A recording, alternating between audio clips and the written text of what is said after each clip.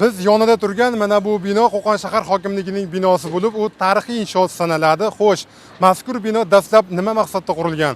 Ushbu savol bilan yurtdoshlarimizga va mutaxassisga murojaat qilamiz. Hokimiyat binosi.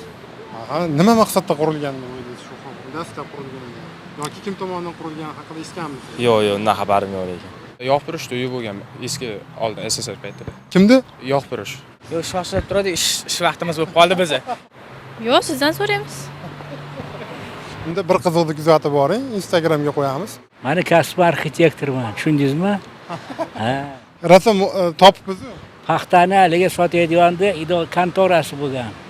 Mana u narigisi Xitoy banki bo'lgan.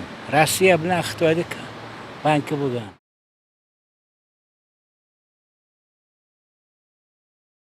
Shahar hokimligi joylashgan bino Vadiyevlar uyi deb aytiladi.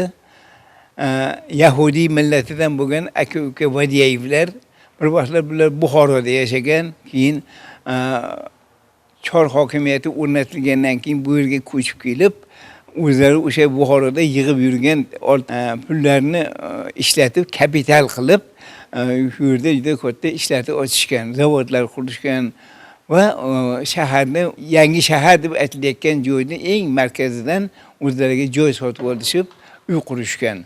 Bu avval bu turar joy maqsadida qurilgan. Lekin uni qurgandan keyin shuncha joyda befoyda ushlab turib nima qilaman, undan ko'ra buni ijaraga qo'yib pul ishlatsam yaxshi emasmi deb bankka ijaraga qo'ygan. Rossiya tijorat banki, yana Volga banki, shunga o'xshagan banklarga ijaraga qo'ygan. Inqilob to'ntarishgacha shuna bank bo'lib turgan, keyin banklar musodara qilingandan keyin ishchi dehqon deputatlari shahar soveti o'rnashib, o'shandan beri shu ma'muriy bino sifatida ishlatib kelinyapti.